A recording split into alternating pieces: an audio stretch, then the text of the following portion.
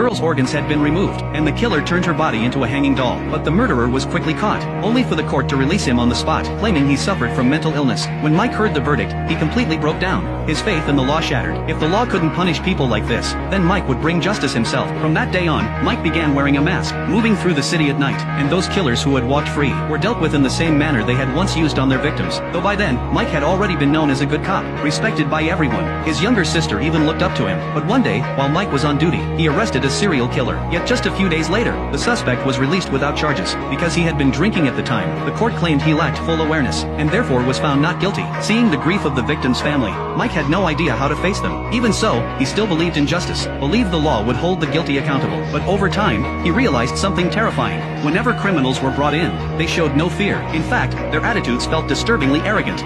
精神科へ入院してたことがあるんだよ。あれだ、心神喪失ってやつ無罪になるんじゃねえか。まずいもんだな、人の命ってよ。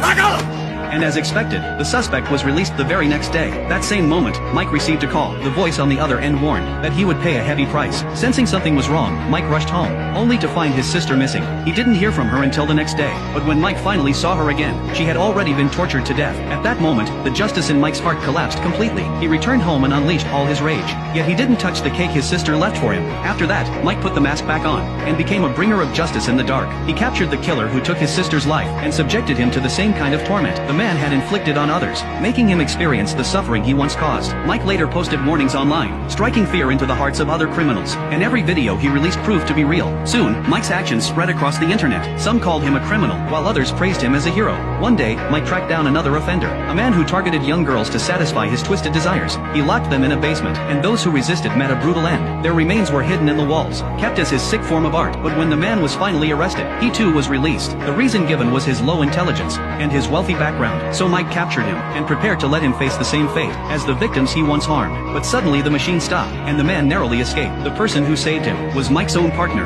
As a detective, his partner begged Mike to stop, but in that moment of distraction, the criminal ran away. Mike tried to go after him, but the detective knocked him down. Mike fought back and pulled out a weapon, but when facing a friend, he couldn't bring himself to strike. The detective seized the chance to subdue him, and Mike was sent to prison. The man once seen as the most righteous cop had now become a murderer. Everyone lamented his downfall, but in the end, Mike was sentenced to death. Yet even after Mike was gone, the masked vigilante did not disappear. The man who had once escaped justice smirked proudly at the news of Mike's execution, but just as he prepared to choose his next victim, a masked figure appeared and stabbed him.